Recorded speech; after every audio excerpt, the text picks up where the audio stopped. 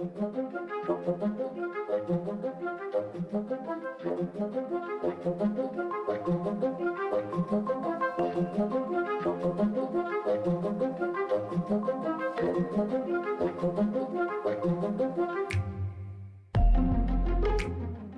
subject of today's episode is, well, pretty much more of the same. Attacks on young women, trying to get friends to have sex with them, problems with Halcyon and Halothane, their next and final kidnapping and murder, and the investigation that was all but doomed from the beginning. Paul going off his rocker, as they say, Karla reaching her breaking point, and the downfall of their relationship and their freedom. And in the easiest terms, it can all be attributed to a flashlight and a Mickey Mouse wristwatch. All on the third and final episode of Paul Bernardo and Karla Homolka.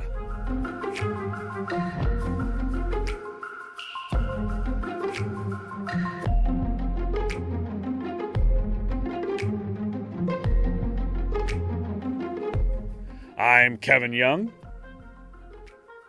And I'm a Barbie girl in a Barbie world. And this is Torture.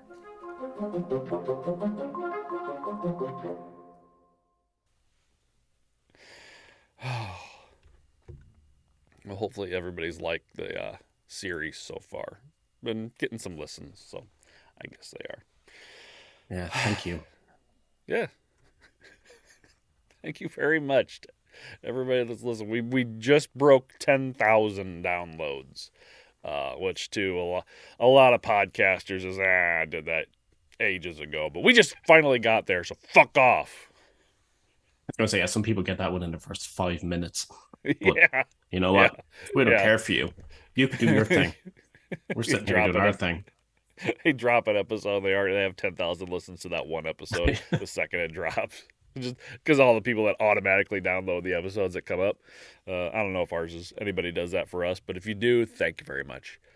I appreciate it. I can't tell you how happy I am to be on the very last episode of Paul Bernardo and Karla Homolka. God, me too. That's why I'm eating this pizza now, because I'm afraid I won't be able to. Yeah, it gets kind of grody in this one. There's going to be some stuff that... There's going to be one part that you really, really like, Dan. I think there's going to be one part that you go, fuck yeah. And the rest of it, you're just going to be kind of, man, that sucks. That's when Paul slaps an Englishman.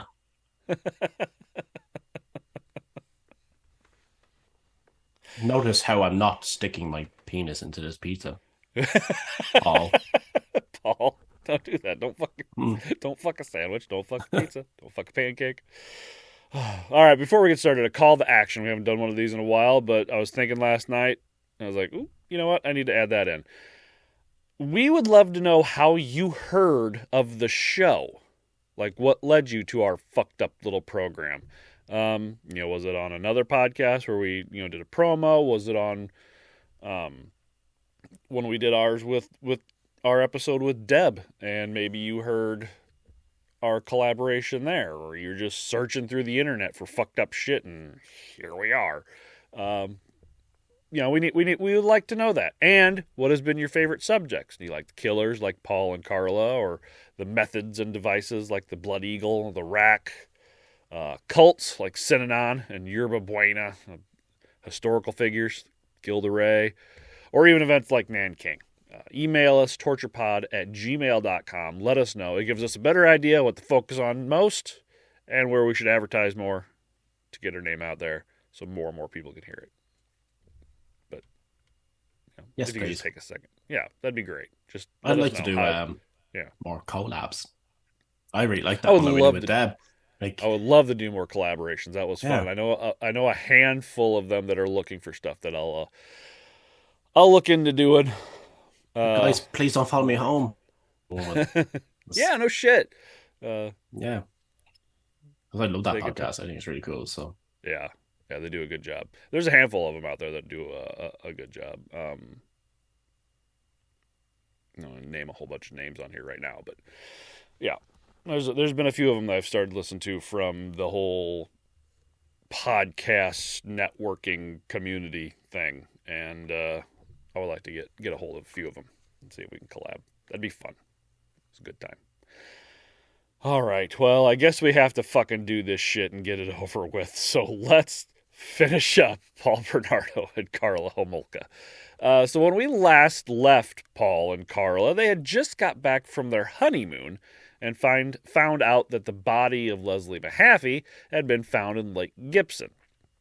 Now, most people would take this as a sign to maybe dial it down a little, lay low for a while. Just to remind everyone that the reason they found her body is because they were a pair of idiots. Like complete and utter idiots. Like it's like crime for dummies, what not to do. You try and dispose of a body, here's a list of do nots. They tick every single one of those on the way down. It's like my favorite part of it is like as if they didn't realize darkness turns into light and eventually they will be able to see. You know, it's dark out now, so it's okay. Oh, fuck. Yeah. They're not criminal masterminds by any stretch of the imagination. So as well, most people would probably say, okay, let's calm down for a little bit. The Bernardos went a different way with it. And they decided it was time to get a little brazen and a little weird. Karla got more prescriptions for Halcyon, just in case. You know, you got to have that stuff around. You never know when the opportunity might just pop up out of nowhere. They're not like having biscuits there for just in case guests come over. Like having Halcyon just in case you find a victim on the way home.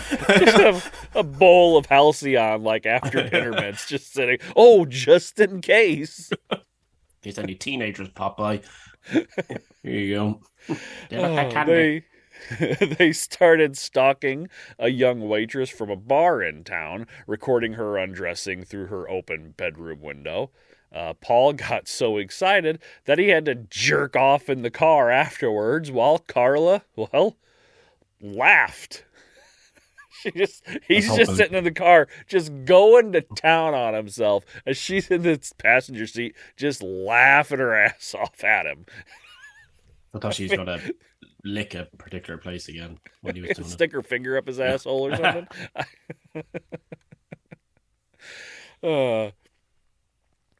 Now, Karla, with Paul's encouragement, started running around in their front yard in the middle of the night, completely naked, while Paul watched from the window and, again, jerked off. They just got super weird with it, man.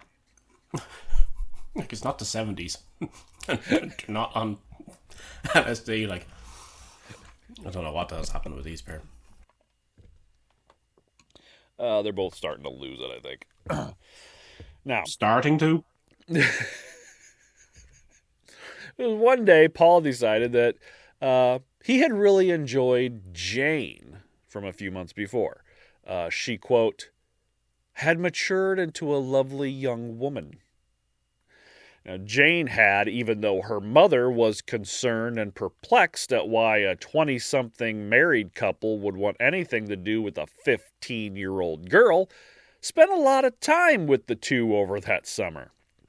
They took her out on the town, bought her things, and Karla was even able to convince her to please Paul orally a handful of times, but that's as far as she would go. Paul thought that she was developing nicely into a, quote, sex slave, an idea he got from yet another book. Not an original idea in his stupid Canuck head. Just... What was the book? The Bible or something like that? Oh, God, I forgot. It was one of those books that they just barely mention and then go on to something else. I cannot remember for the life of me which book it was.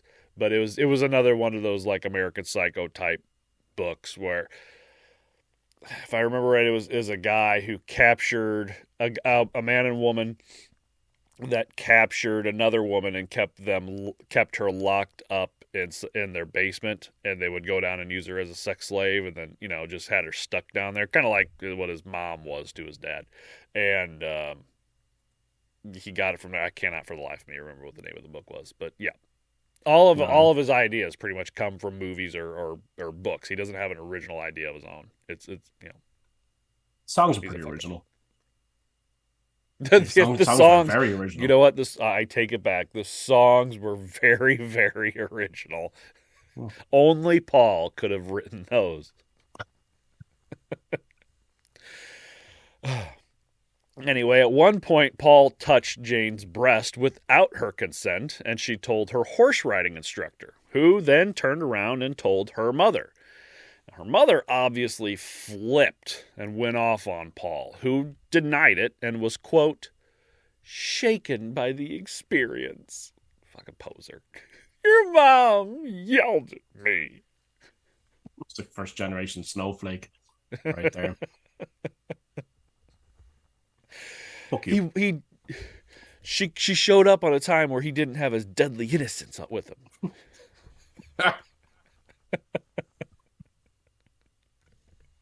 That's what that song was about. Yeah, getting yelled at by Innocent mom. thing, yeah. But through all of this, whatever she would agree to do with Paul, she would refuse to do with Karla, which put a damper on things. So they figured it was time to get out the halcyon and halothane. They invited her to spend the night on August 9th, 1991. Just like before, Karla plopped some halcyon pills into Jane's drink while Paul got the camera ready. After Jane passed out, around 3:30 in the morning, Karla got out the halothane and started to administer it. And just as they got Jane's pants off, she stopped breathing. And they both freaked. I can only imagine Paul pacing back and forth, crying and stammering like the little bitch he is. Karla started slapping Jane and called 911. I imagine Karla's just down there trying to wake Jane up, trying to get him, get her conscious again. And Paul's just walking back and forth in the bedroom, going, not again, not again. My deadly innocence. Innocent guy. All this invisible darkness. Invisible darkness. So she called 911. Quote, please hurry, my friend has stopped breathing. She gave them their address. And then she hung up. You don't hang up the phone while you're talking to 911. Yeah. That's to tell you what to do. You stay on the goddamn... That's one of the main things they tell you. Okay, now just stay on the line with me. It's pretty popular saying. Watch any movie that's got 911 in it somewhere. It's, okay, just stay on the line with me. So sorry, he's got a bolt, got to hide his body in a ravine somewhere. Damn it, they're idiots. But suddenly, Jane started breathing again. She wasn't conscious, but she was breathing. Now, Dan, I don't know how things work in Ireland, obviously, so educate all of us. Is there an emergency number to call in Ireland? Just like a real quick 2 or 3 digit number, you do, and then emergency services? Yeah. What is it? 112 now. You used to 112? Like 999. Okay. There's also about 911 over y'all's direction. Yeah, it's 911 here, it's 911 in Canada.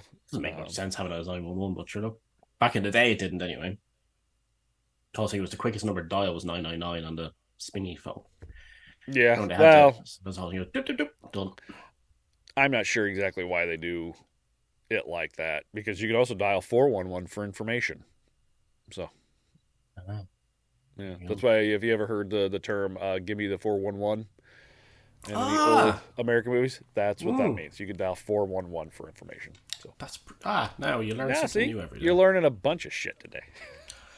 Yeah. Now, if you were to call that number and say something like, I don't know, my friend isn't breathing, please come help, and then hung up, and then called back and say, never mind, she's good, would they say, okay, we'll cancel it, or would they still show up? Right, no, they still show up. I don't think you'd even have time to call them back because they call you back. If you call and you hang up, they call you back, like immediately. So, but yeah, no, they'd still show up, like duty of care kind of thing and all that. Like, there's no way in hell. Yeah. So I'm assuming because it could be, that they don't show up then in this case. It could be because it could be the perpetrator or whatever that's harming you or something could call 911 and be like, hey, that last call you got, don't fucking worry about it. Yeah, exactly. Yeah. Same thing here. Oh, well, sorry, misunderstanding. Okay, cool, boom. No. Well, it was a lady that called, sir. She's fine. Yeah. Don't show up here. Shut up, you. Just starts kicking a cage. Yeah. Here's in the background. Yeah. Everything's fine here. Everything's fine. It's like Han Solo. How are you? Everything's fine here. How are you? How are you? And then he gets out the little turntable and starts being a nighttime DJ. Yeah. It's the same thing here. If you call 911 for anything, at the very least, the police will. They might not send out the fire truck and the ambulance and everything, but at the very, very least, a police officer will show up. I was at work. This was about probably a year ago or so. I was at work. And we got a call over the radio. Says this, Kevin Young in the building. I was like, yeah. Like, you need to come to the side entrance, the shipping entrance. The police are here. I'm like, oh, fuck, what happened? I get down there and they're like, did you call 911? Like, no, I took my phone out and apparently I had turned on my phone and pocket dialed emergency on my phone. So I was at work and they found me. And they're like, okay, just checking. That's pretty good. So, yeah. So if you call 911, call emergency services, they're supposed to show up. Apparently, in Canada, if you call them and say, false alarm, she's fine, they'll cancel the fucking call. Because that's exactly what happened. She called them and said, she's fine now, don't worry about it. Cancel the call. They're like, are you sure? Yeah, she's good. Okay, and they canceled the fucking call. God, I wish we could have got Phil on here to You're not the just be like, Canada. What the fuck is wrong with you guys up there? Test it out in real time. Hey, Phil, call emergency services. Cancel the call. Tell them cancel. See what happens. Oh yeah, okay, that's fine then. Key soap. Sure you do that. Well, sure there, buddy. Yeah, buddy. Well, the waste of gas come out to you, buddy. They sat up all night with Jane, who at one point fell off the bed because instead of watching her, like Karla had told him, Paul decided to fuck off to his music room while a young girl lay with every possibility of dying in their bed. He's like, why would you stop breathing a few minutes ago? I think she's okay. I'm going to go write some more horrible rap lyrics. Don't you dare talk down about his rap lyrics. Yeah, buddy. Come on, pal. Come at me, guy. I always thought that was what was wrong with NWA and Eminem and Tupac is there was not enough buddies and pals written into the lyrics. Yeah. Far too many bitches and hoes and fuckers and that stuff. Clean it up. Not enough. Hey, buddy. Not enough talk about laminating hooker heads and shit like that. Yeah. Come on. Where is the poetry? Oh. Now, through the rest of the summer and the fall and into the winter, Paul was unrelenting on trying to get Jane to sleep with him. They would convince her to kiss him in front of Karla. He would manipulate her into oral sex by telling her that if she didn't do it, she couldn't be friends with Karla anymore. And finally, Jane had had enough. One night after telling them that she didn't have any feelings for Paul, they scolded her, telling her that she was worthless and useless. Paul was the best thing that could ever happen to her, all this bullshit.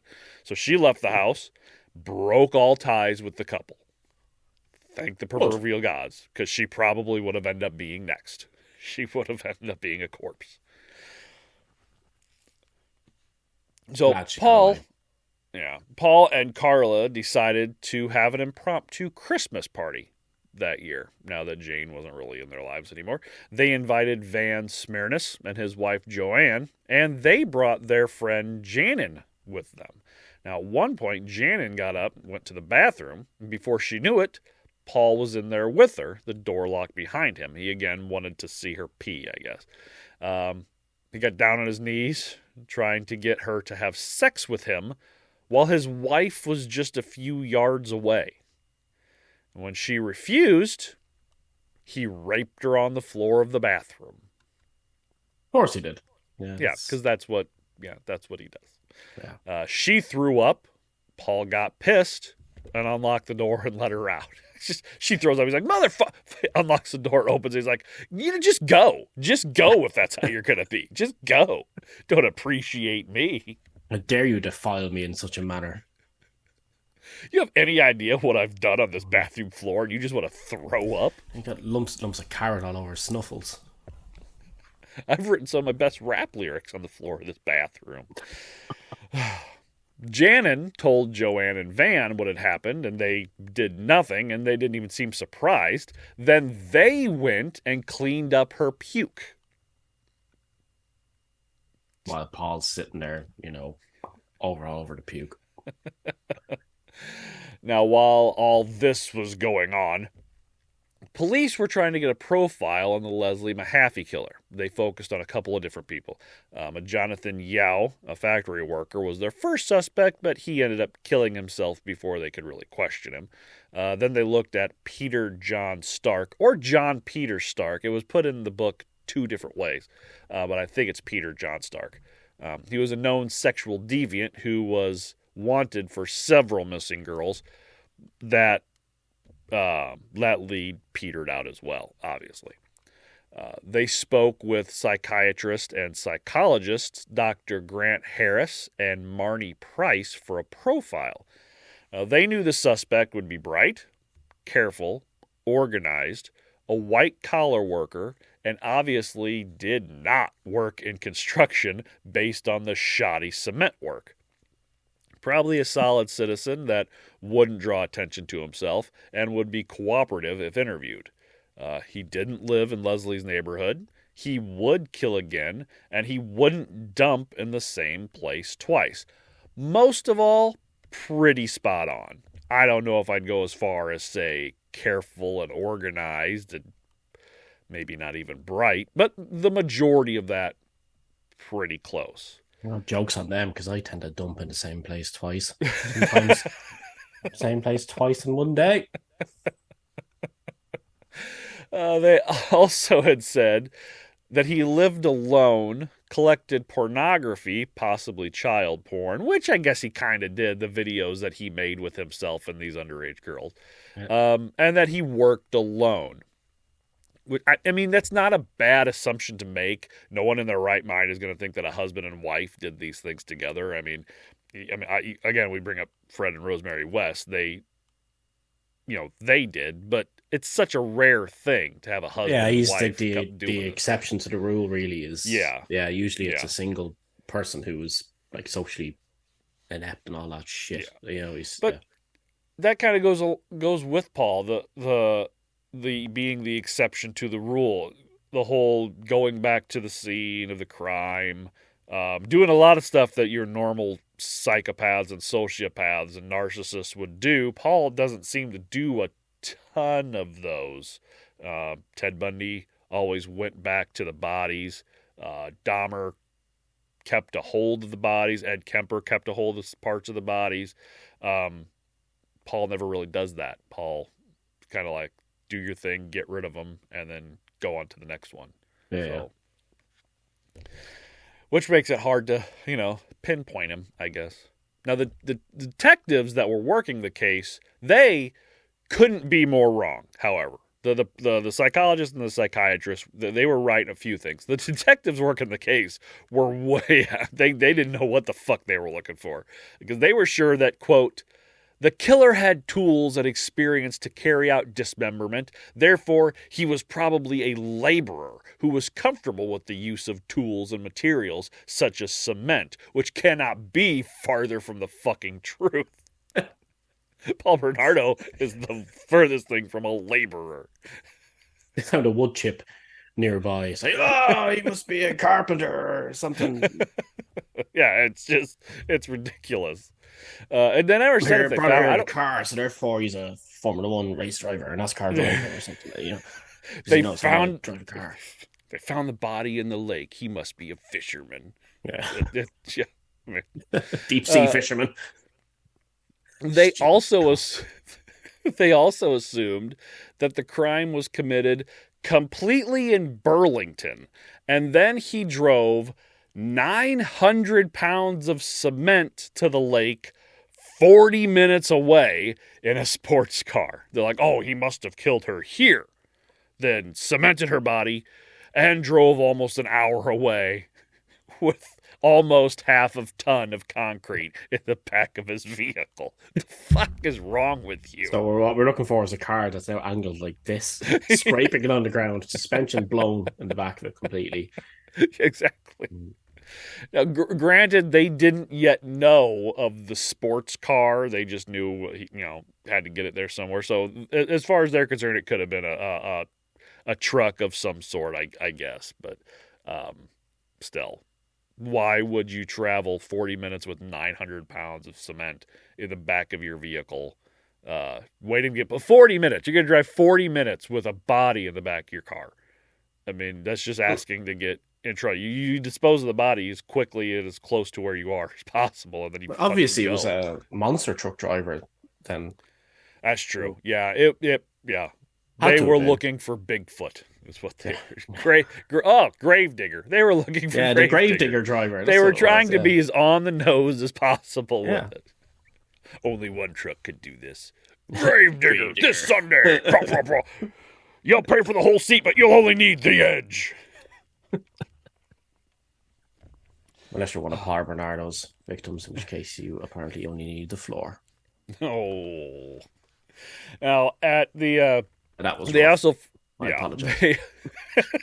They also felt that the perpetrator would now be under a great deal of stress and would precipitate changes in their behavior, like abusing alcohol or drugs, or find religion. When in actuality, Paul Bernardo was perfectly fine, had no stress at all, was perfectly fine with what was going on.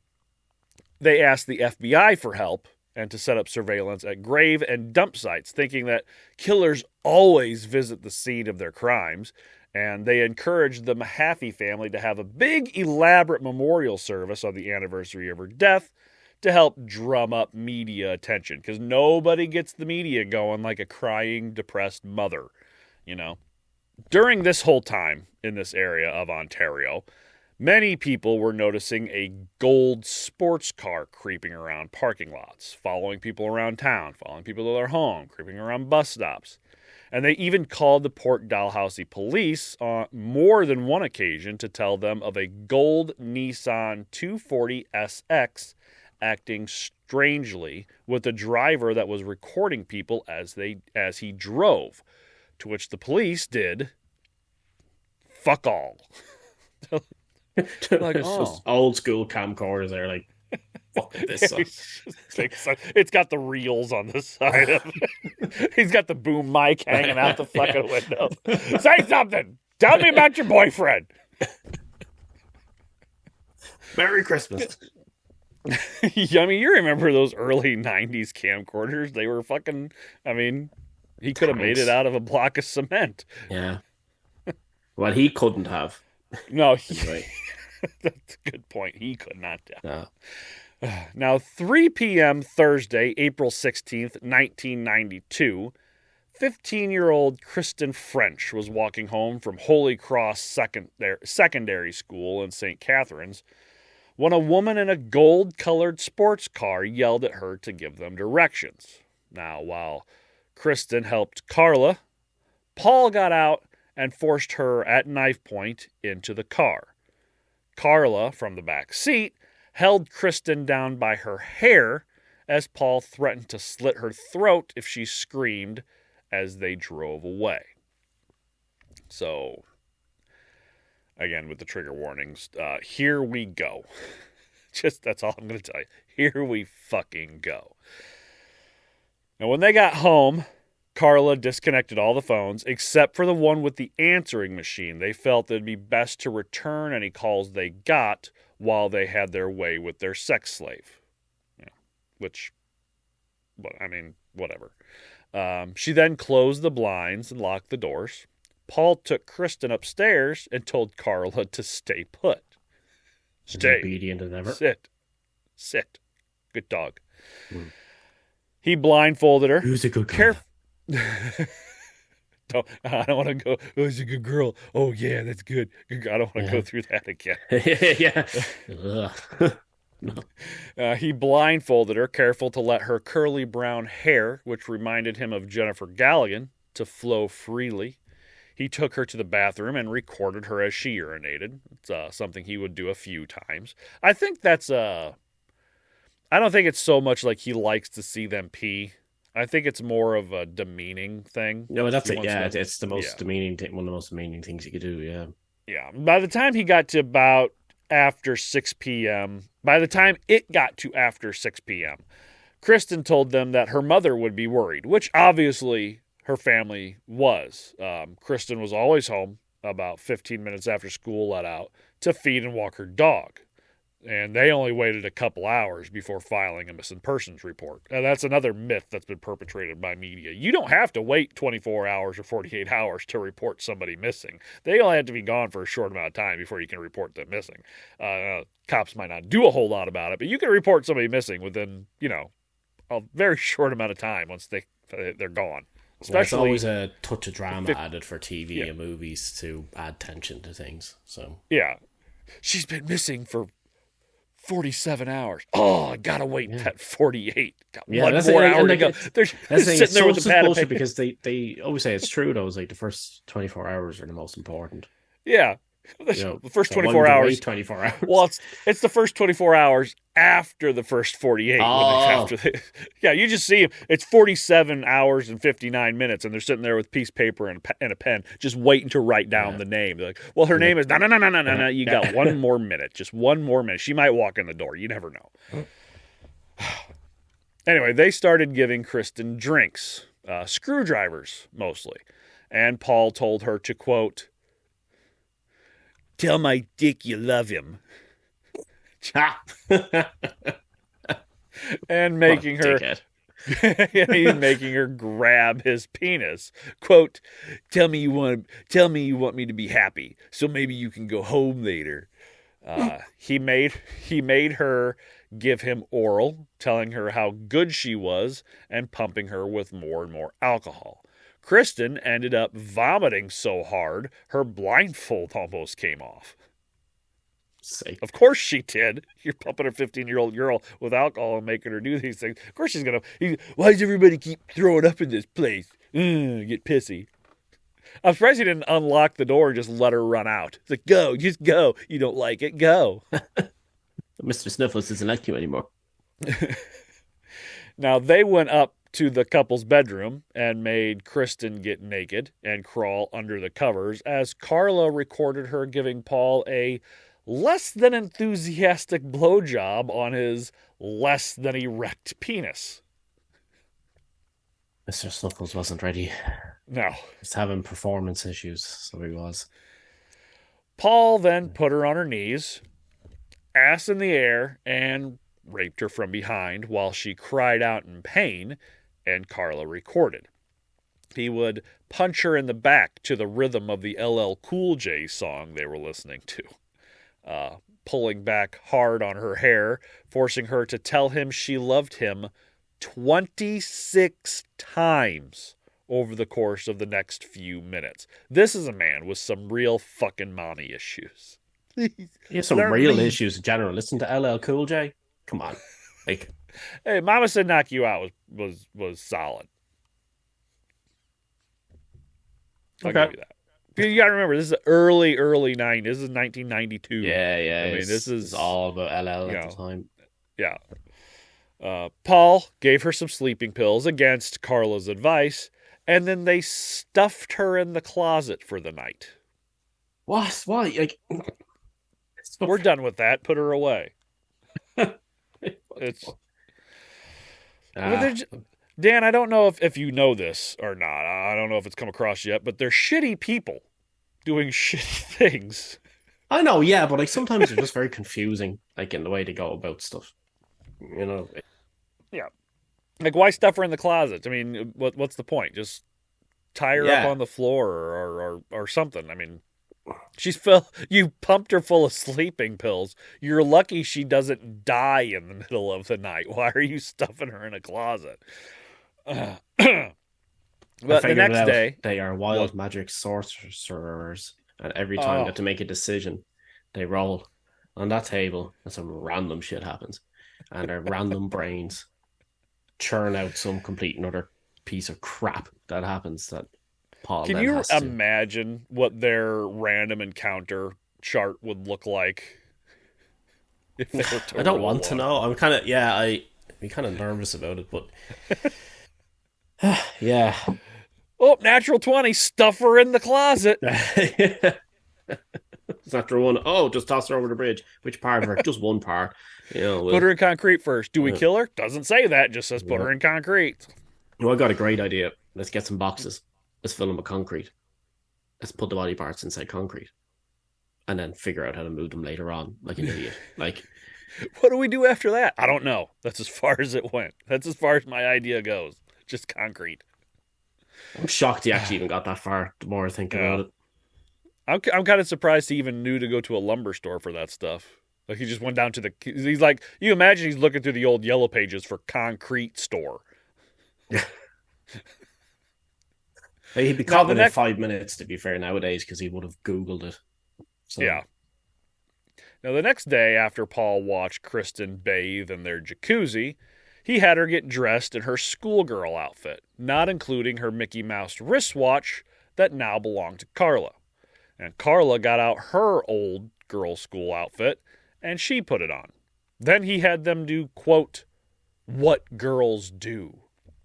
Makeup, perfume, skin creams, all that stuff. Just kind of having like dinner. A little sleepover with it.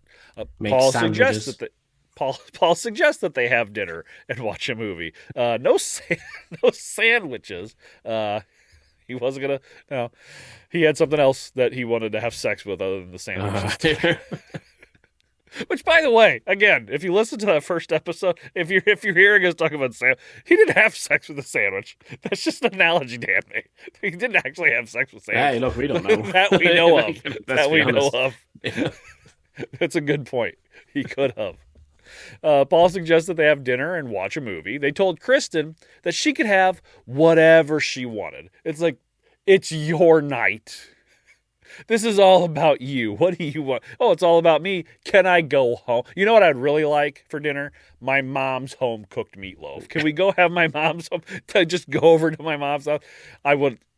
They may have fallen for it. I don't know. But they told her she could have whatever she wanted. So they got, and I can't believe I'm about to say this. This just shines a light onto the early 90s. Pizza from McDonald's. What? I knew you were going to say that. Was that a thing? That was a thing. McDonald's served pizza for a short amount of time. I don't know how long they did it in Canada, but in America, it was short. McDonald's sold spaghetti for a very short amount of time. Yeah. They were really trying to branch out. I can't even think of it. Hey, you want to get some spaghetti? Yeah, let's go to McDonald's. It's McDonald's Paschetti. No, thank you. That's why I have probably Ronald. Still tasted like everything in McDonald's tastes the same. It has that smell and taste, so everything does. I can imagine now that's what the pizza and the spaghetti tasted like. Can I get the linguine with Big Mac sauce, extra pickles? Yeah. No, I just thought it's like Big Mac sauce carbonara or something. Big Mac sauce carbonara. I microwave bacon. I will never trust anything like that from a place like that, purely because of the fact I've seen it in things before where they had, like, let's say, the leftover burgers that they chop up and they turn them into chili and stuff, and they last like an extra 5 days. That's Wendy's, yeah. Wendy's. Yeah, and do that. I no. Food and everybody that you go, if you go out to these like fancy restaurants and they have the best tasting like croutons in your salad, just know that the bread that got left behind on people's tables is what they're taking back, letting go stale, chopping up, cooking, and those are your fucking croutons. If it's not that, they're coming straight out of a bag from some factory somewhere. So restaurants are disgusting. Yes, yes they are, and I'm not going to comment. I could go on a rant. But I won't. Anyway, They tied Kristen up so Paul could go get the food and a VHS. That's a very old-style sentence I just said. He's going to go get pizza from McDonald's and a VHS from Blockbuster. That's a very old sentence that some of our listeners probably don't know what that is. Well, I saw a thing today to say that people are now referring to the 1990s and the 1980s as the late 1900s. Uh-huh. Yeah. And that kind of creeps me out. Like, that's kind of just a kick in the balls. Yeah. It really hurts. It hurts. Oh, you're from the late 1900s? Yeah. Yeah, I am. Fuck off. 1900 AD. Yeah. Now, Kristen was bigger than Karla, and they were worried, Karla mostly, was worried that she would try to escape. So that's why they tied her up. He also gave Karla a rubber mallet just in case. Now, Karla let Kristen watch the 6 o'clock news while Paul was away. The main story was on the disappearance of Kristen. Her father crying on television. Pissed Paul off something fierce. Kristen ended up crying so much, she threw up. Which, again, probably... Just get out of the closet. Get out of the closet. What is it with them? People throwing up around him is funny. Like, just everybody's in that house just throwing up left, right. Just throwing up. Why is there so much puke ever? That being said, if I had to hang around with Paul Bernardo for any more than 5 minutes, I'm pretty sure I'd throw up as well. He's just irritate me. I'd be so annoyed I'd puke. Fuck out of the guy. Shut the fuck up about the invisible darkness. You don't even know what that means. Now, after it's like first-rate, second-degree burns on my soul. Laminate a head. You know how laminators work? Have you seen a laminator? Have you ever even been near a fucking laminator? You know how those things work. After the movie, they watched Angel Heart. Paul had them continue with the girl talk. He made her tell Karla how much she loved her, and then he had them do stuff to one another. Stuff. Then Paul got in on it. He had Kristen give him a hand job, but because he was flaccid, she couldn't keep a hold on it. It's just flop, flop, flop, flop. Oh, Jesus. So he punished her by pushing her on the floor and raping her anally. So, with the intense level of danger she was in, and knowing she was in it, Kristen pulls the most gangster move possible, even, I believe, knowing she would be beaten if not killed. Dan, I told you that this was the part of that there's going to be a part of the story that you love. This is going to be it. You're going to go, fuck yeah. If this is what I think it is, I'm getting ready. Fist is ready to go in the air. So Kristen shit on Paul and call them a bastard. Yes, that's not what I thought, but that's fantastic. Fucking great. Then she puked on him. This is going to get me in trouble. You know what? Fuck it. I thought there was going to be a clenching and breaking moment. Oh, no. That's what I was hoping for. Can you imagine? I don't know if you can clench a butthole hard enough to snap off a dick. I'm pretty sure if somebody was to especially if it's all like strength.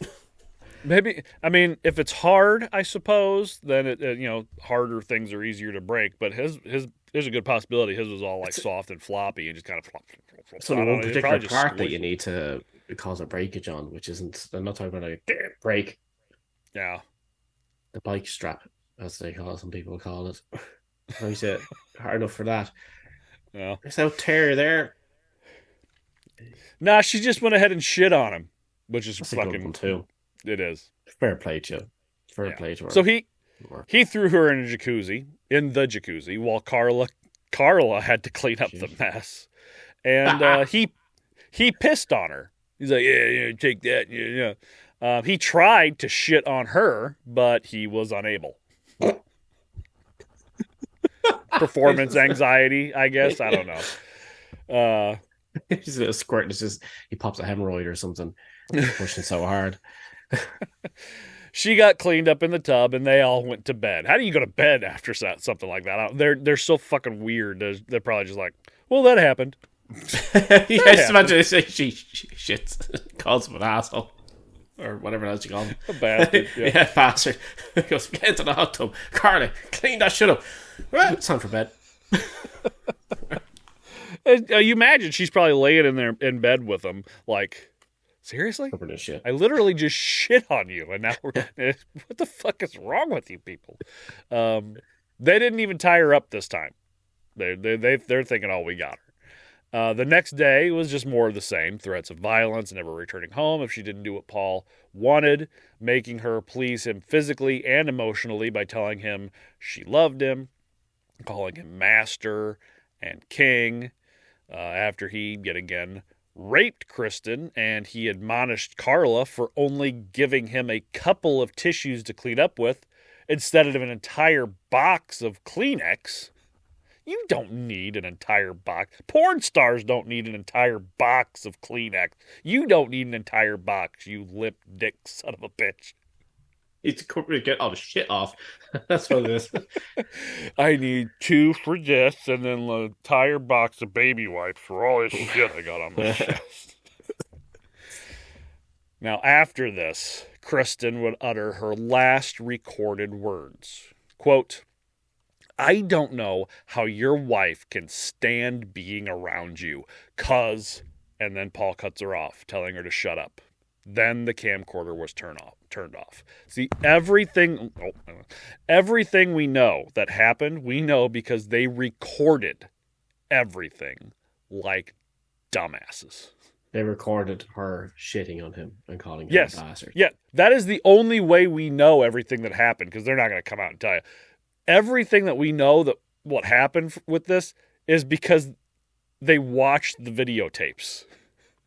And it's all on there. It's the only part that I'd ever like to see of any of that horrible stuff is just her shitting on him. Yeah. Just that one thing. Like, just... He's like, just, okay, blur out that and blur out her. I don't want to see her 15-year-old naked body. You know? Yeah, exactly. That would be disrespectful I just want to see... And blur out his tiny dick. Just... All I want is to see is just feces. After the shit is like after it's like an inch away from her, and it's just flying through the air. Yeah, crop everything out except crop everything out, and just the shit, just a brown streak that goes through the end of the air, and then Paul going, because I imagine that's what he did. That's what I mean. How could she see me in my invisible darkness? The shit on my chest. God, he's such a fucking idiot. Yeah, no, it's the one thing. In some ways, I can't wait for this goddamn series to be over because they don't talk about him anymore. But in other ways, I'm going to miss him because he's such an idiot. He is just such a fucking idiot. We can always bring him up later when we're comparing him to other people and be like, well, at least they're not as dumb as fucking Paul Bernardo. Say, he pulled the Paul. He pulled the Paul. Now, it's not 100% clear what happened over the next few hours. We know that she was strangled to death, more than likely with the same cord that they used on Leslie Mahaffey. The question is, which one of them actually did it? Because Karla will later claim that Paul did it as she watched. Paul claimed that Karla hit her over the head with a mallet when she tried to run away, and she was strangled to death on a noose tied around her neck, secured to a Hope chest. And then Karla immediately went and fixed her hair, and then they went to Karla's parents for Easter dinner. There is actual validity to whether or not to Karla actually killing her, because when we talked about Leslie Mahaffey, how they thought she was dead, she kind of came back to life a little bit. And then Paul put his knee or foot in her back as he was strangling her to really, do the deed. There was a similar bruise on the back of Kristen, but it was a much smaller bruise made from a smaller knee or foot. So she followed suit from what she's seen Paul do. There is a very good inclination that she may have been the one to actually murder Kristen. Either way, they're both guilty of her death, obviously. Now, an investigation was idiots. Guilty of so many things. Idiots is just top of the fucking list. An investigation was underway for the missing 15-year-old. The fact that they had abducted Kristen in broad daylight near a school left many witnesses to the altercation. Burgundy's shoe left at the scene marked the spot of the crime. The mayor of West Lincoln saw the family on the news, and it jogged her memory. The day before, she had seen what seemed to be a struggle at that exact spot, but she just figured it was kids screwing around. All she could really give the police was that it was a sports car of some sort, maybe a Camaro. So they started looking for an 82 or newer cream-colored Camaro. So, no.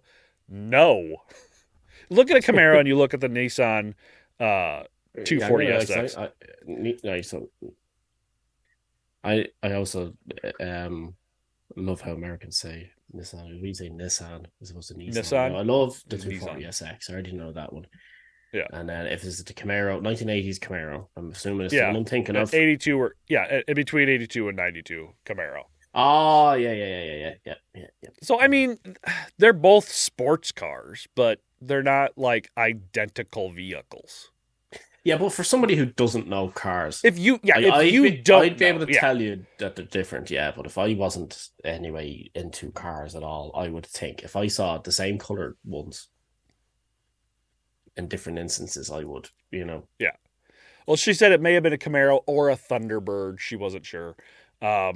You can usually tell a Thunderbird's a little bit different, but yeah. Where they got creamed colored from, I'm not sure, because cream colored and gold really don't look the same unless you're in horrible lighting. It's that low Canadian sun. That's what it is. If it's not white, no, I'm not sure what it is. One of the problems with growing a beard is proper beard care. Going on a website or even to a brick and mortar store and seeing dozens of different options, whether it be oils, washes, balms, lotions, razors, butters, or just a massive amount of different companies all trying to sell you virtually the same product with a different logo. It can be difficult and overwhelming. And even worse, see, I already fucked it up. And even worse so if you're trying to buy beard products for someone else. Well, thebeardstruggle.com has made that process infinitely easier with their beard kits and bundles. Anything from a simple oil kit that gives you day tonic and night elixir, to the complete beard care bundle that gives you the day and night oils, beard shampoo, beard conditioner, beard balm, and the Viking Sea Mineral Beard Mask. The beard growth bundle that comes with the Voxsphere Growth Accelerator and the Derma Roller. To Cracky Shave Kit that gives you everything you need to keep your beard short and trimmed up. To the mother of all beard kits, the Apex Bundle 2.0 that comes with 15 different products including the heated beard brush and straightener.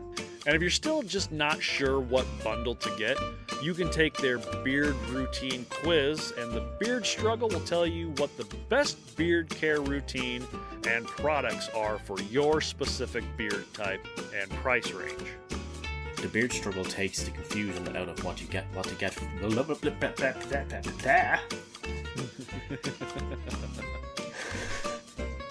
Anyway, the Beard Struggle takes the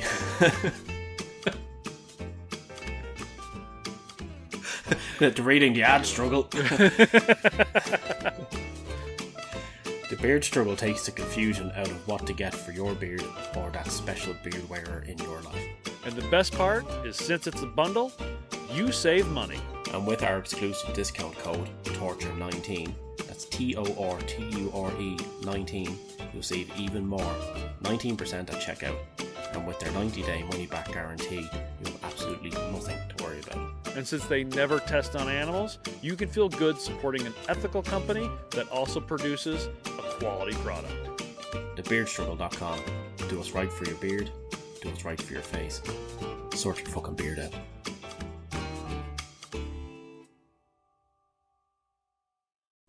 They put a lot of time and energy into finding this cream-colored Camaro. I mean, a lot. They got a hold of Camaro manufacturers, got books on how they're made. They had entire teams of people study just the Camaro. It's like the Camaro isn't what's killing people. Camaro's not what's abducting. You don't need to know how the Camaro works. So apparently you pull on this lever and it goes into drive. Yeah. That's what we're looking for. 5-speed manual gearbox option. We're out there looking for a car that drives. It can go forward, but here's the thing, and backward. Yeah. They put a lot of time into this. Unfortunately, for all involved, they did not work fast enough. Kristen's body was found around 8:20 on April 30th, 1992, in a ditch alongside Road 1 in Burlington, naked but intact with the hair chopped off. Bud, if you're going to chop the hair off, you should probably do it in the one that's going in a fucking cinder block, not on the whole body you're leaving on the side of the road. Last time I disposed of body, Karla, the hair kept coming out of the concrete, so she cut her hair off. Okay, cut her hair off. What are we doing her now? Let's just dump her on the side of the road. It's okay. You got to imagine they're like loading her up in the car, and he's like, wait. She's like, what? And he shaves her head real quick. The hair was the problem the last time. Not going to have that problem again. Imagine them dumping her on the side of the road. Jesus Christ, dude. Damn it, we forgot the concrete. Fuck. Now, this was they dumped her just a few hundred yards away from Leslie Mahaffey's grave. The police concluded that the French and Mahaffey murders were not related due to the difference in disposal, which I suppose you can make that assumption. I wouldn't say they're not related. I would say there's a possibility we have two different killers, but I wouldn't say they're definitely not related. But okay. They again tried to profile the assailants. They concluded that there were two offenders, okay, between the ages of 20 and 35. One dominant, one docile. She had been held captive for 2 weeks in a single family dwelling, both male. Both men. Well, you say that she was taken near the beginning of April or the middle of April, but they didn't find her body until April 30th. So there's a 2-week, 15-day span or whatever between the time she goes missing and the time she's found. That kind of gets important for horrible reasons here in a minute.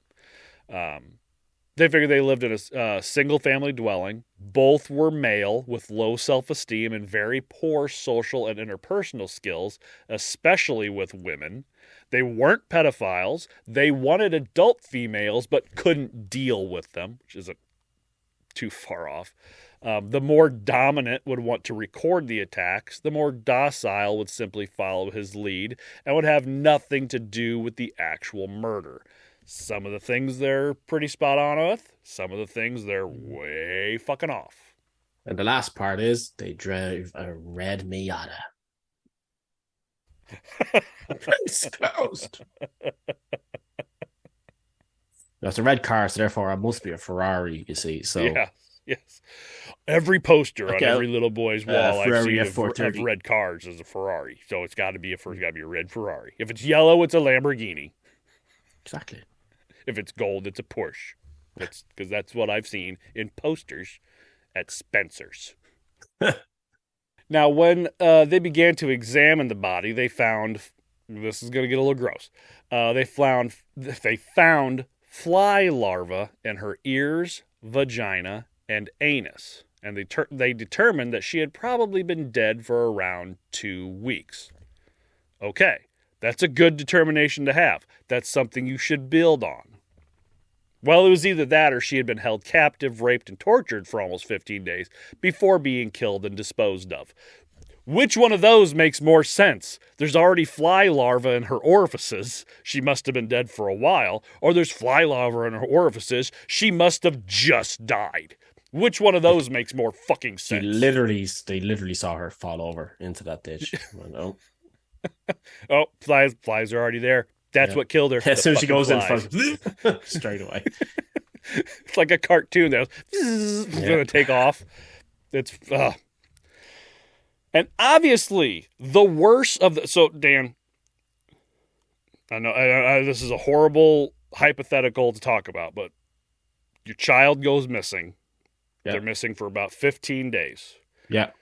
It's either they were kidnapped, raped, and tortured for a couple days and then murdered, and then they disposed of the body and we just now found it. Or they were kidnapped, kept locked up for 2 weeks, being raped and tortured the entire time, pure agony, then they kill them and throw them in a ditch. Which one of those two? They're both horrible. Which one of those two would be worse?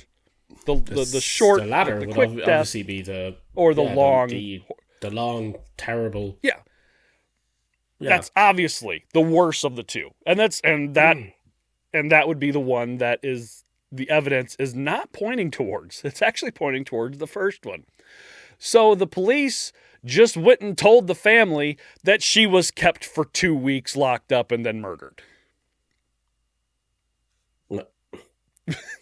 They told them the absolute worst thing to tell them based on no evidence.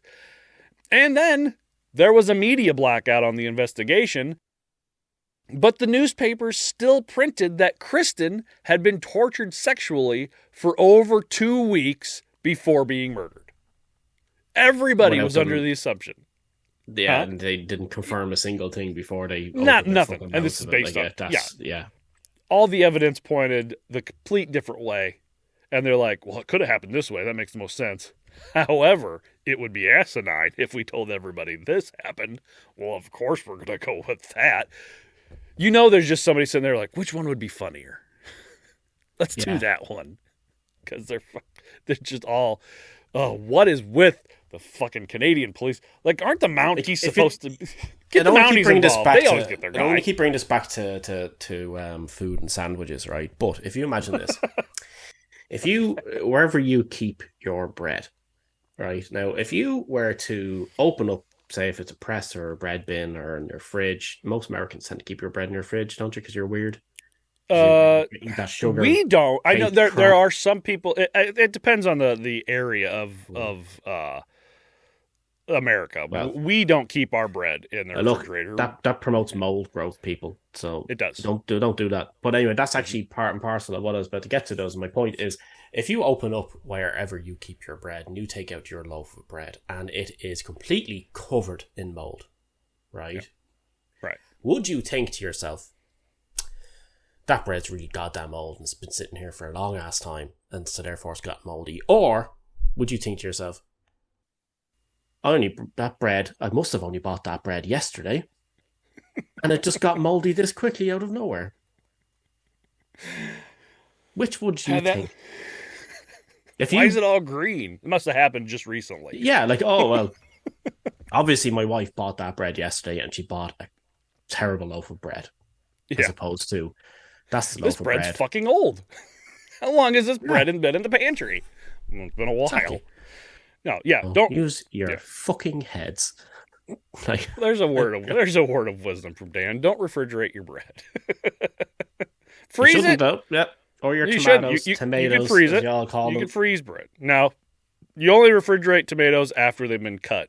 Because you leave them out, they start to get all nasty. After they've been cut, you refrigerate them. Otherwise, you leave them out because then they get all soft and mushy and you can freeze bread, or you can leave the bread like in a bread box in a pantry, somewhere dark, But yeah, don't put them in the refrigerator. Put your batteries in the refrigerator.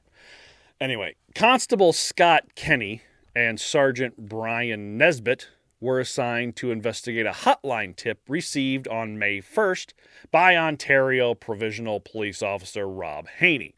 Now, Officer Haney was a regular at the Smyrnis' coffee shop. And one day, Van Smyrnis decided to start talking to the officer about his longtime friend, Paul Bernardo. Paul lived in Port Dalhousie, had been questioned in Toronto as a suspect in the Scarborough rapes. He was aggressive towards women, had raped a girl in the basement of a house, and for some reason, could only grow hair on his chin. Why that's important, I don't know. He liked Small women. He had short hair, similar clothing to the Scarborough rapist. He had been in Florida at the time of a rape and would disassociate himself from the people in his life every time there was a rape in Scarborough. He had admitted to beating his wife, and he had hit other girls on at least 3 occasions. It took 10 days for the tip to get to Kenny and Nesbitt. I can imagine them sitting there, let's say, listening to this tip and thinking, you know what, we got to find this guy because this guy could help point us in the right direction. He might know someone. He might know somebody in the same circles who might be doing the same things that he likes to do. So therefore, let's find this guy to help us find this other guy. They hear all this information. Clearly, this guy has something to do with it, and they're just like, "Does he have a cream-colored Camaro? No, he's got a gold Nissan. Not him. Fuck it. Next." They're pulling over Camaros all over the place. They're putting handcuffs on the Camaro, taking the Camaro into impound, arresting the Camaro. Be like, "Sir, good cop, you can go. You can go. Your Camaro's going to do hard time."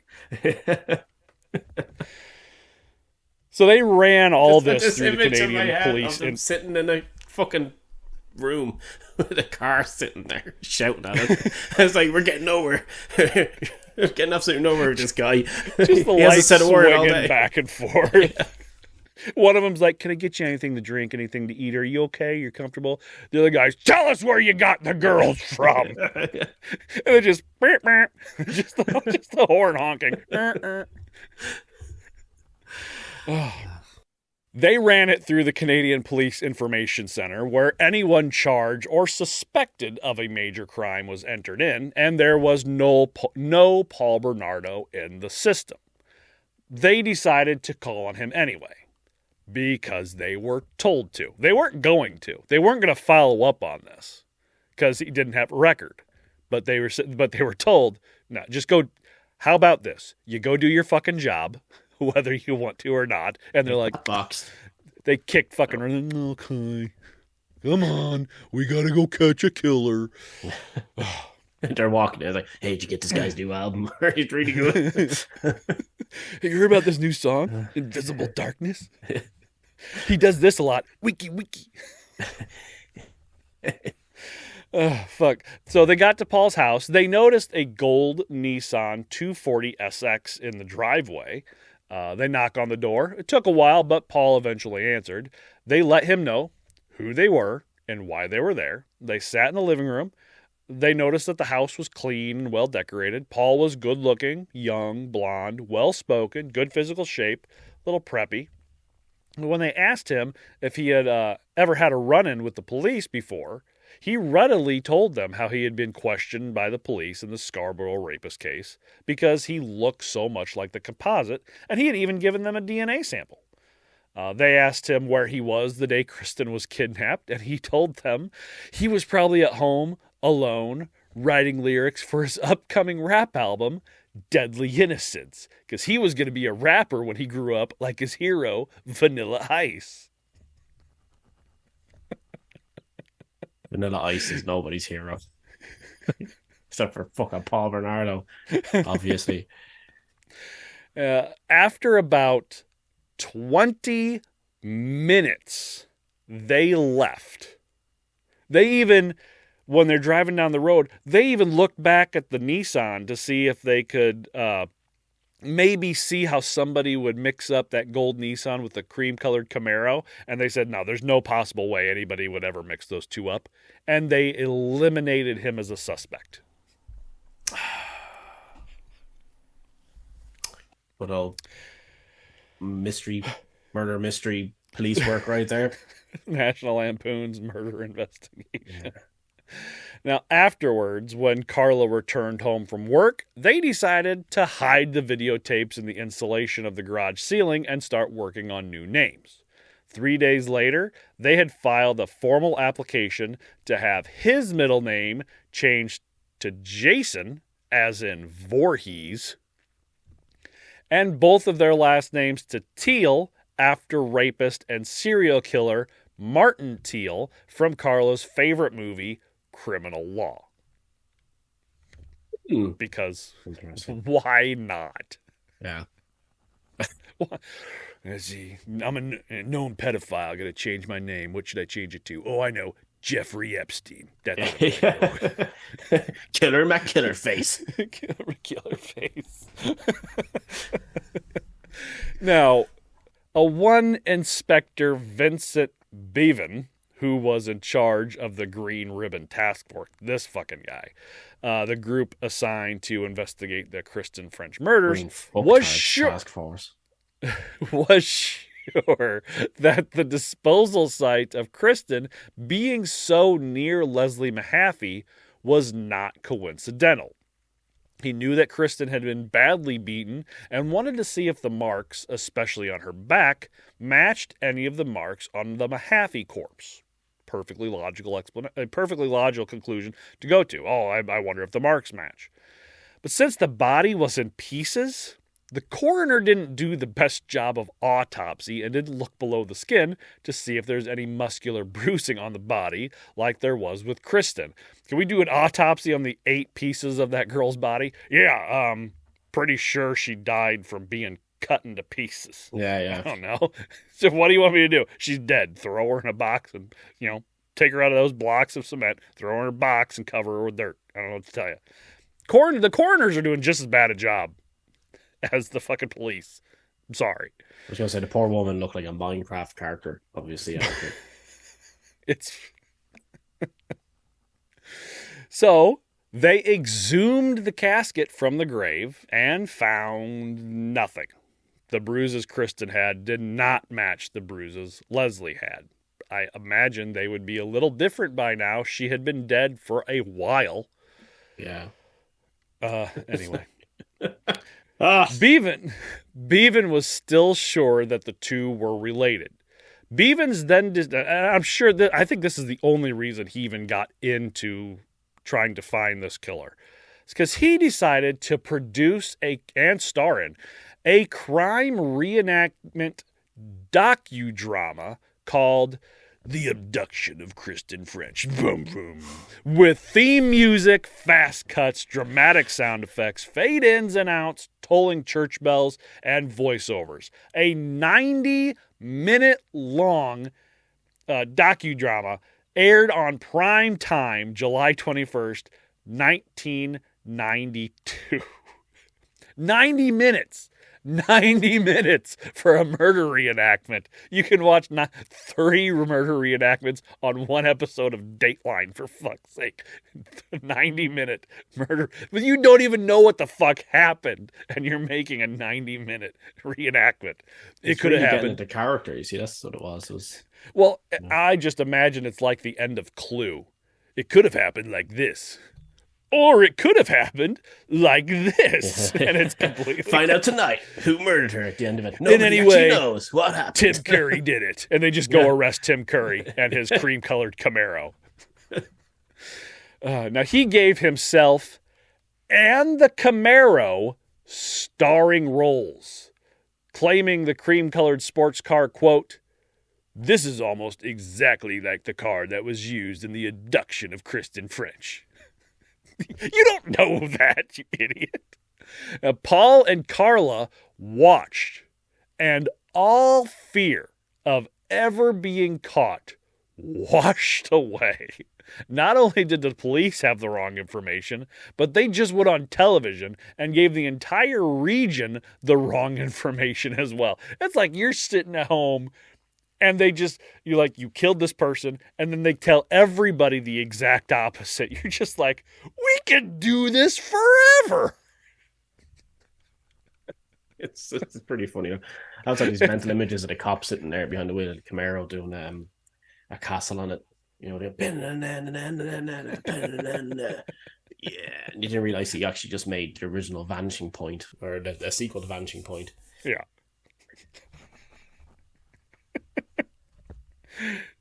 It's Vanishing Point 2, the Paul Bernardo story, but we haven't caught him yet, so we don't know it's actually him, but we're going to rename the title after we finish making the film and re-release it. It's all on the poster. Yeah. With Vin Diesel for some reason.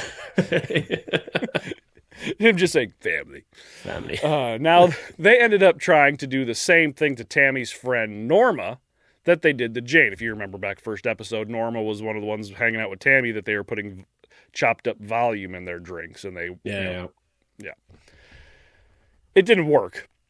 They tried to do the same thing like they had done with Jane, tried to get her to do stuff with Paul. For months, Paul tried to get her to sleep with him without the use of halcyon and halothane, to no avail. They were kind of over the whole halcyon, halothane stuff. They'd had too many problems with it. Norma said enough was enough and broke all ties with the two of them. A failed attempt to have a three-way with a sex worker. Paul couldn't get and stay hard long enough. But apparently Karla and the sex worker had a very good time. This seemed, and that's fine. You want to pay a sex worker to have a three-way with you and your wife? Fuck, go ahead. In fact, do that more often than raping little girls. That was preferable. That's perfectly fine. They will tell you can have sex with them. It's what you want. That's a hooker whose head he wanted to laminate because they obviously maybe too well. Karla, stop it. I want to laminate her head. Karla, stop it. I want to laminate her head. So damn, to put my dick into laminator instead. Oh, God. Oh, it's for a rap lyric. Oh, that rhymes. That's a lyric, yeah. If I don't do it in real life, I can't rap about it, Karla. That's why I'm trying to become invisible in this darkness. He's just in the bedroom, turning the lights off. Turn the lights off. Now you can see me? No, you can't. Now you can see me? No, you can't. I'm invisible. Darkness. Oh. But this seemed to Paul Bernardo. Fucking dickhead. Yes. Yeah. The prison he's staying at, if you could just give him a phone or a computer just for a few hours so he could hear this. Tell him they're talking all about you, Paul. They love you so much, and just I imagine he would cry. Now, all this seemed to deepen whatever psychological issues Paul was having. He even ended up killing and eating their pet iguana because it had the audacity to whip him with its tail. So he fucking killed it and ate it. He shot at him and called him a bastard. Now, after a less than eventful trip to Montreal, Paul was at his wit's end, to the point that when he returned, he beat Karla several times with a flashlight in the back of the head. And from what I understand, it was one of those big, like, metal Maglite flashlights, not like a little plastic. A 1980s flashlight. Yeah, a 1980 cop flashlight. Boom! The types they use in riots. It's like now on January Transformer's arm. So it's like fucking huge things. Yeah. On January 5th, 1993, Dorothy Homolka received 2 anonymous phone calls telling her to look at her daughter's face. She drove up to Martindale Animal Clinic and found Karla, eyes pitch black from beatings. At lunchtime, they went to... Where do you think they went to lunch, Dan? Where do you think, of all the places they could go, they went to lunch, Dan? Not Arby's. I can give you a hint. They're loving it. They serve pizza there. I'm assuming. And spaghetti. So it's obviously the Olive Garden. They got some Big Mac carbonara. No! I can't believe I even thought of that.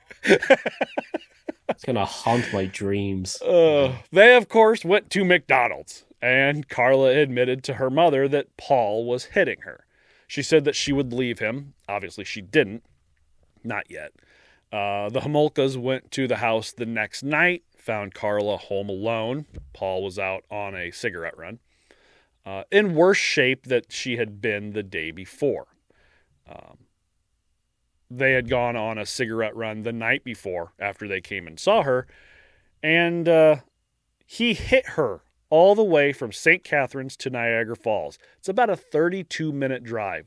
He just constantly beating the fuck out of her the whole way. Finally, after some time, Karla got up and climbed the ladder in the garage and started rummaging through the junk in the upper platform, looking for the tapes, but Paul had moved them. So she came back down, sat in the love seat, and told the family that it was Paul that killed Tammy. Karla's father grabbed as many of the photos as Tammy that he could. Apparently, there were a lot. They took Karla and left. They went to a friend of Karla's sister's, Lori's, whose husband just happened to be a Toronto police officer. They called the Niagara Regional Police because apparently the Toronto police can't do anything. It's like, I don't know what to do here. Let me call a different police station where they don't fuck shit up every day. So the Niagara Regional Police took Karla to the hospital, and the doctor said it was the worst case of abuse he had ever seen. I mean, I have a real hard time feeling bad for Karla Homolka. She got beat up. Yeah, she killed 2 people. Well, 3 people, technically. Like, yeah, fuck her. Yeah. They took pictures of all her bruises. For those of you who are listening and not watching, he just flipped off the camera, which I'm assuming is for Karla and not me. They took pictures. They took pictures of all her bruises, pictures which included her wrists that just so happened to have a Mickey Mouse watch wrapped around it. The plot thickens. This is the part when in a TV show or a movie it goes. It's a zoom in. When Paul got home from the run he was on, the police were waiting for him. They arrested him and took him to the same station he went to the night Tammy died. He was charged with assault with a weapon and then released on his own recognizance. Usually, if you attack somebody with a weapon, you stay in jail for, at least a night. Not Paul. Not Paul. As Officer Doofus is over the goddamn case still. They take him to the police station and he's like, you know who I am? I'm Paul Bernardo. They usually let me go after a couple minutes. And they're like, oh, we're sorry. And they unlock the handcuffs and say, please, sir. They open up the door and they let him out. Look the new material, by the way. Keep going. That's what I thought. He drops a CD on the thing. That's what I thought. Here, you go ahead and listen to this. Or a cassette tape, I guess. Mixtape. You go ahead and listen to this. They put it on. And it's just him going, I'm a deadly innocent sky. Deadly innocent sky. Karla was so hurt by what Paul had done, not just this last time, but over the past few years, that she started writing in a journal about how horrible he was. She had finally seen the light, supposedly, and fell out of love with him. I have my own theory, but whatever. Now, Monday, February 1st, 1993, after 2 years of waiting, the DNA results finally came back from all the tests of all the suspects in the Scarborough rape case. Forensic scientist Kim Johnston called Detective Irwin. Paul Bernardo, the clean-cut, seemingly upstanding citizen, had raped at least 3 of the survivors of the Scarborough rapist, including Sharon Moon. Irwin organized 24-hour surveillance on Paul. He filed paperwork to have his phone tapped. They found out about the abuse charges in Niagara. 2 days later, the Homolkas received a call that Karla's future ex-husband had become a suspect in a serious investigation, and they wanted to sit down and talk to the family. The detective got a hold of Alex Smirnis to get the videos of Bernardo's wedding, and Alex told him that Paul took the camcorder everywhere. Paul would quickly shoot up to the top of the list for every rape in the area, plus the Mahaffey and French murders. February 8th, Karla went to the funeral of a family friend where she was reacquainted with Norma, who had been hanging out with Lori Homolka. If you are, why are you having anything to do with anyone in this entire family after that shit? I don't know, but she was still friends with Lori. Norma let Karla know that she blamed Paul for 100% of what happened and that Karla was under his spell. She then let Karla and Lori know that Paul had indeed raped her twice that past December. So all this, I just wanted you to have sex with me. You fucking raped her anyway. So what's it matter? But I want her to tell me she loves me. And Merry Christmas. I want her to say Merry Christmas to my penis. I don't know what's so difficult about that to understand. Karla found out that Paul had maxed out all of her credit cards and now couldn't afford a divorce lawyer. But because she was an abuse victim, she was able to obtain a legal aid certificate so the government would take care of all her lawyer's, Virginia Workman, fees.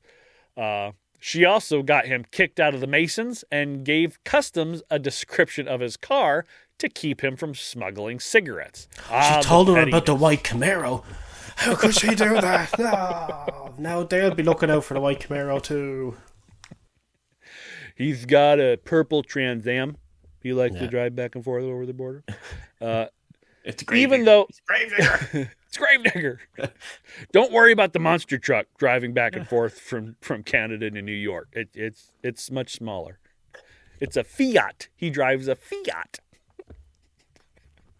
Now, eventually, the detectives were able to sit down with Karla, and they told her that they were investigating her husband for a series of violent sexual assaults and asked her what she thought. It's like, what do you think about that? At that point, she just wanted to, quote, let bygones be bygones. She just wanted her stuff back and to go their separate ways. At this time, she had already met a new guy and had a new boyfriend. I don't really get into that, but she was sleeping with somebody new already. She knew that if they looked into him, they would look into her, and that would be bad. Yeah. So she's just like, just give me my shit back. That's all I want. I just want to go separate ways. But instead of acting shocked or not saying anything at all, they're like, your husband is wanted is a suspect in some pretty major sexual assault cases. She's just like, yeah, nothing surprised me. Oh, really? Okay. Well, let's find something that does surprise you then. Yeah. What the fuck? You mean nothing? So if somebody came to me and says, your wife is wanted for a series of murders in the Lower East Side, I'd be like, what? Not like, yeah, sounds about right. Even though my initial reaction internally to find out that my wife had killed somebody in some fit of rage over something stupid would be, yeah, I could see that happening. But outwardly, I'd be like, oh, no, I'm so surprised. Somebody was standing in the doorway at a Walmart. They wouldn't move, and she just freaked out and beat them to death with a frozen baguette. I'd be like, sounds about right. Yeah. Anyway, in a complete departure aggressive and passive aggressive. In a complete departure of what they had done with Paul, they interviewed Karla for almost 5 hours, which is what you're supposed to do. It started with just questions based on the rapes in Scarborough, but after about an hour, things started to change. They asked Karla if she had a Mickey Mouse wristwatch, and she suddenly became visibly nervous. She claimed it belonged to Lori, and she had borrowed it. They were going to want to take that watch. They asked her for her fingerprints, which she did not want to give them. She had to, but she didn't want to. She started telling them about her abuse and that anything she did was because Paul forced her to. She did, however, tell her aunt and uncle, whom she was staying with at the time, that Paul was indeed the Scarborough rapist, and he killed Leslie Mahaffey and Kristen French. They soon got a hold of a criminal lawyer, George Walker. She told him everything. Like, at first, he didn't even want to meet with her. He went to his office, and she's just like there. He's like, all right, let's fucking hear what this lady has to say. What the fuck shit's going on? And by the time they're done with the meeting, said he walked out of his office just going, fuck. God damn. This is not good for me. This is not good for anybody. She said if he could get her immunity, she would testify against Paul in court, and she would do her best to give them all the evidence, including the tapes. It's like, listen, I'll tell you everything. I'll stand in court and say that he did it all. I'll even give you all the evidence that clearly shows that I am just as guilty as he is if I don't go to jail. Because that's how it works. And just imagine them turning around and slapping the Mickey Mouse wristwatch down on the table, and then turn around, turn to somebody like, looks like you're out of time. Yeah! Bah, bah, da. For those of you who are listening and not watching, Dan did the whole turnaround, put the sunglasses on like CSI. They took my my eye out, don't you? Because I shoved my actual glasses into my eye. She does such stupid shit. I figured she would be like, go to the police and be like, listen, we did it. We killed these girls. And I will tell that in court. And I will even give you tapes that show me raping and possibly murdering these girls.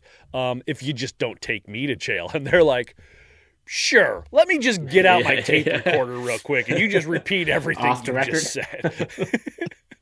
Yeah, she walks in, she's like, hey, everybody, off the record. Yeah. Just off the record. Because that's how it works.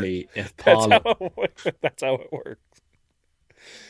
Let's say one day me and Paul, I don't know, murdered a girl. Would I be on the hook for that too? Now, it did take a while, but George Walker finally got back a hold of Karla for a meeting.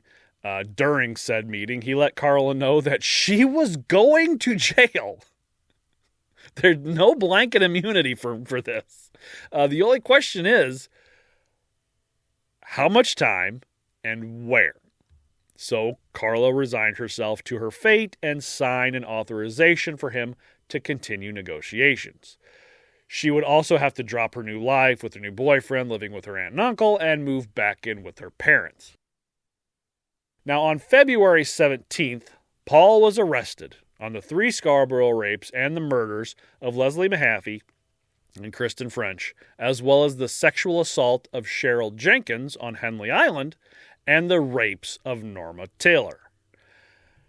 On February 19th, police executed the search warrants for Paul and Karla's house and found an amazing amount of evidence.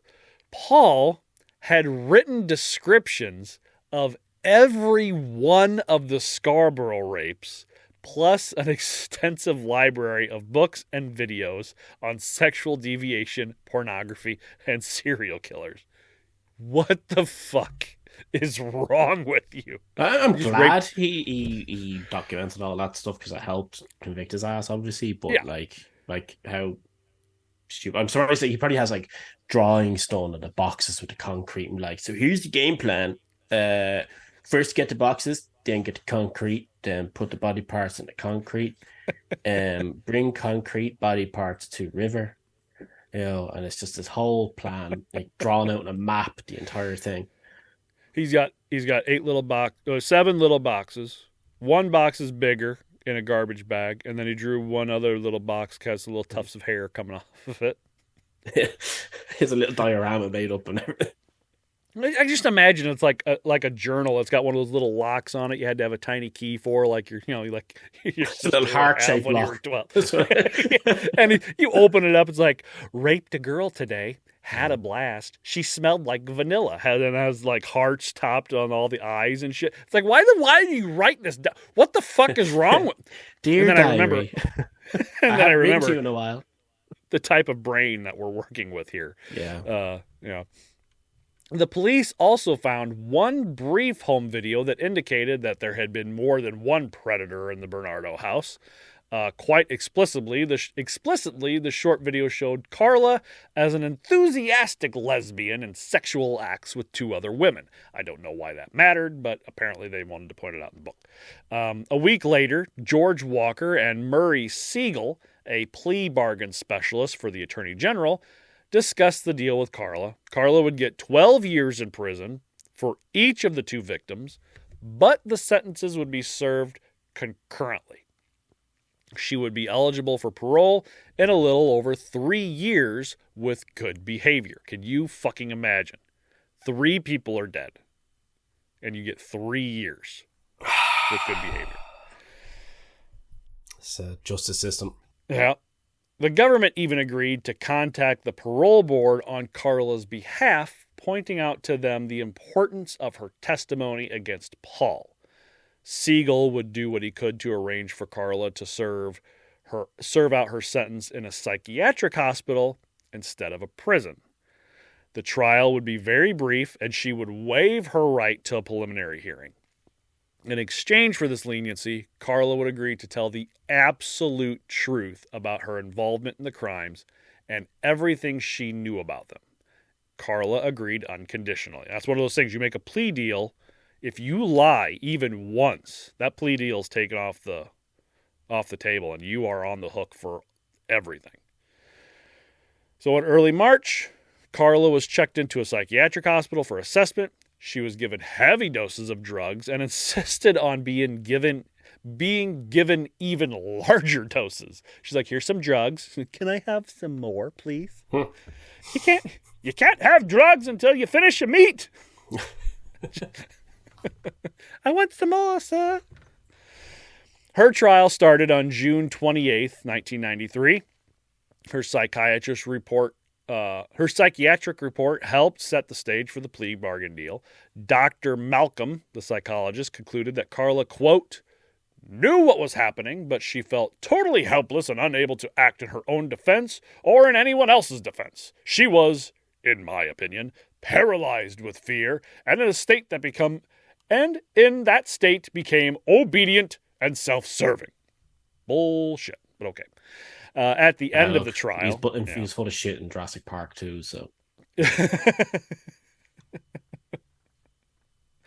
At the end of the trial, the media people left, allowed only to report a few of the details so that the jury pool that would be selected in the future for Paul's trial would not be tainted by information they heard or read before the trial. Expecting a public outcry over the plea bargain, Murray Siegel chose to make a statement. Quote, why not a greater penalty in the light of horrendous facts? Without her, the true state of affairs might never be known. A guilty plea is the traditional hallmark of remorse. Her age, her lack of criminal record, the abuse and influence of her husband, and her somewhat secondary role were factors. She's unlikely to reoffend. Which, Jesus, I guess Karla would have never gone to the extent that she went to if she hadn't have been with Paul. I'm sure that he... Yeah, she would have been in trouble at some way, shape, or form. But yeah, I don't think she would have ever. I think that she, at some point, she probably would have got caught for some type of sexual abuse, harassment, something like that. But I don't think she would have gone as far. But to say that she was innocent because of Paul made her do this shit is just complete BS. Well, she was well up for that at the start. Like she was. Yeah. When she was younger, she was into that type of shit. I imagine if she had never met Paul, you would have ended up finding some guy tied up to a metal bed in the basement at some point, and she was using him as her own sex slave, but she wouldn't have murdered him. Anyway, Paul's trial started much later, May of 1995. The jury and media that were in the courtroom had to watch the videos of each sexual assault 3 times. Can you fucking imagine? Every night going home being like, I can't believe she shit on him. That was awesome. That's why you watched that one 7 times. You just play it again. Just state's attorney being like, now watch this part. Plays it, and then he rewinds it. Watch it again. It's great. Just goes right into his chest. Just watch. No, see the angle? Woo, man. Can we get a bigger TV? Slow-mo. Watch this. You keep pressing pause button. It goes slow motion. Watch it. Well, they don't even have slow-mo then. They just have the pause. Pause, play. Finally, on September 1st, 1995, Bernardo was convicted on all charges against him regarding the kidnappings, rapes, and murders of Leslie Mahaffey and Kristen French. He also faced trials in the death of Tammy Homolka and the serial rapes in Scarborough. Now, as a part of the plea deal, Karla was never able to make a dime off her story in any way. She's not able to sell it to Lifetime, write a book about it, anything like that. She can't make any money off of this. She was released from prison July 4th, 2005. She served out the entire 12-year sentence. In prison, not a psychiatric hospital. Good. Yeah. Now, while in prison, she acquired a bachelor's degree in psychology from Queen's University. And as of the latest information available, she is reported to be living in Quebec, Canada, In her post-prison life, Homolka is said to have entered into a new marriage with her lawyer's brother and is rumored to have 3 children. Yeah, I can imagine Christmas dinner. Now, the lawyer, who can't say things for obvious reasons without getting disbarred, sitting there the entire time. Potentially knowing more than anybody else in the entire world, aside from Karla, as to stuff that happened that he can't say. And here's his brother sitting there, the grandkids, all with the 1,000-yard death stare on them. All looking like complete and utter little creeps, just dead-eyed. What did you get me for Christmas, like Uncle? One of them at Christmas, and one of them, first off, they're at Christmas, everybody's saying Merry Christmas, and Karla's just like, but one of her kids does something stupid, and she's like, she looks up at her husband. Have you ever seen anybody do something so stupid? And her brother-in-law is just like, yeah, yeah, sure have. Yeah, he just pulled a Paul. Now, under Canadian law, Bernardo can apply for parole after 25 years in prison. I believe his last parole hearing was denied. Paul has since been moved to a medium security prison in Quebec to receive treatment for sexual offenders. He is now bald. Dan's like, what the fuck's wrong with that? Fuck yeah. Dickhead. It's the fact that he loved his look so much that he lost his hair, he gained a bunch of fucking bleached weight. Too much, obviously, probably. Get those tie-dye hair, dude. They keep beating him up in prison because he won't stop trying to rap. I mean, it's just... And that's the very frustrating story of Paul Bernardo and Karla Homolka. And frustrating is a word for it. Well, thank you, Kevin. Yes. Dan, do we have any pop culture?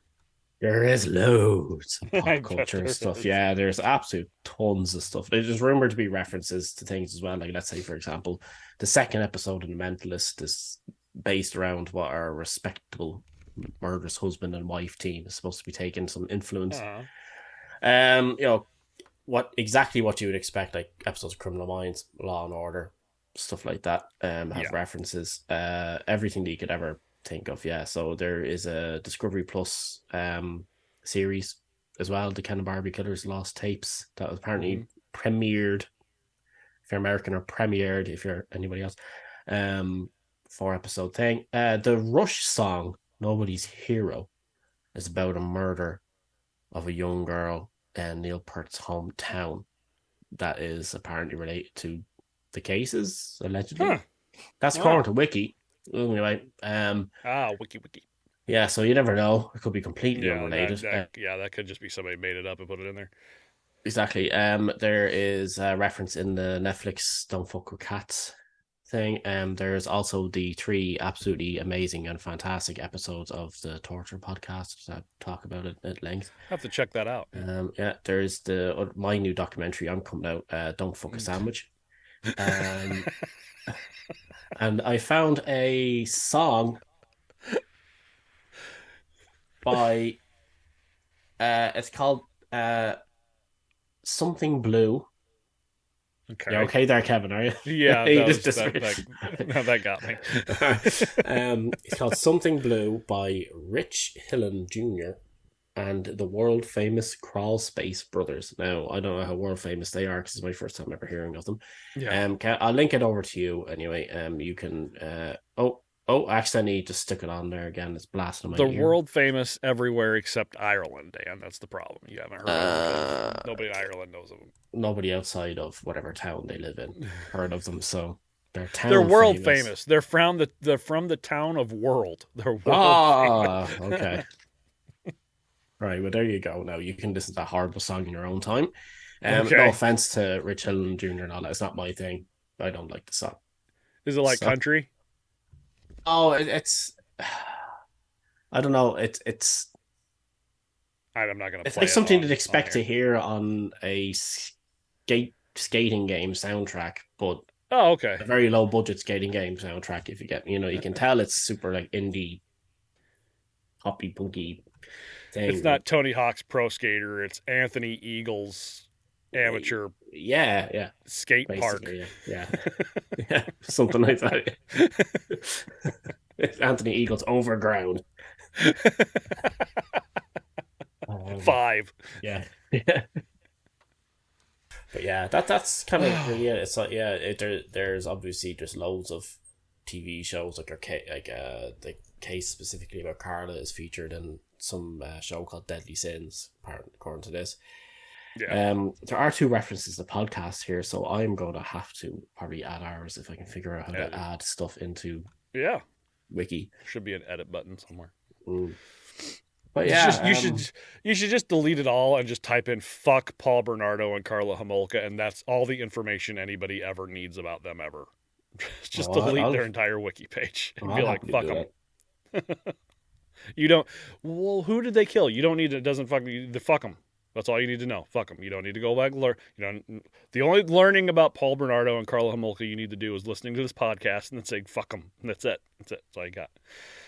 I'm changing. The early life, Paul Bernardo, it says Paul Bernardo was born in, and I'm changing to Paul Bernardo is a complete creep asshole. Spawned from his mother's womb with the blackened mark of death. With an affinity for pastrami on rye. I see, I don't know. Somebody has to approve them. Oh, fuck. All right. Those changes anyway. Yeah, it's up there at the moment. I don't know if you're able to see it right now, but it says Paul Bernardo is a complete creep asshole who likes to fuck sandwiches. I was born in Scarborough. I doubt it's popped up yet. Thank you to our patrons, Inquisitor Willow Quinn Fowler, Inquisitor Shragamandi, and our torture noob MX Sinister 26. If you would like for us to read your email or DM or anything on the show, or again, do the call to action, let us know where you've heard of the show, what is your favorite parts of the show, torturepod@gmail.com, at torturepod on Instagram, Twitter, all that good shit. Rate and review us wherever you listen and wherever you can. Go to our YouTube page. We got some, a bunch of shit on there. Donate to the show, Linktree. You can buy us coffee, buymeacoffee.com/torturepod. Go to our Patreon, patreon.com/torturepod. Free week at our Cult Eater tier. Go to Redbubble and buy some of our merch, redbubble.com/people/torturepod. And you can get the shirt and the hoodie that Dan have on right now. You can get the hat or the shirt that I have on right now, my Gilda Ray on hat day. Fascination of white rim and bacon and bacon and bacon and bacon and bacon. Yep. Yep. Now, for a hint for our next episode, I don't understand why captives at Guantanamo Bay thought Ron DeSantis was so handsome. Wow. That's all you get. Dan, any more words of wisdom before we let people finally go? Yeah, don't give detectives their detective license from completing games of Clue, which is what most of the Canadian police force seems to be made out of. Mostly, Toronto at least. Yeah. It was Cluedo for my European compadres. It was Mr. Green with the candlestick in the library. No, it was actually Miss Scarlet with the candlestick in the library, but you were close enough. Here's your diploma. Oh, you were right about driving the white Camaro anyway. Yeah.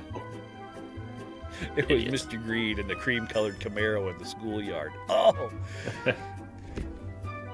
You got the Camaro right, so that's all we need. All right.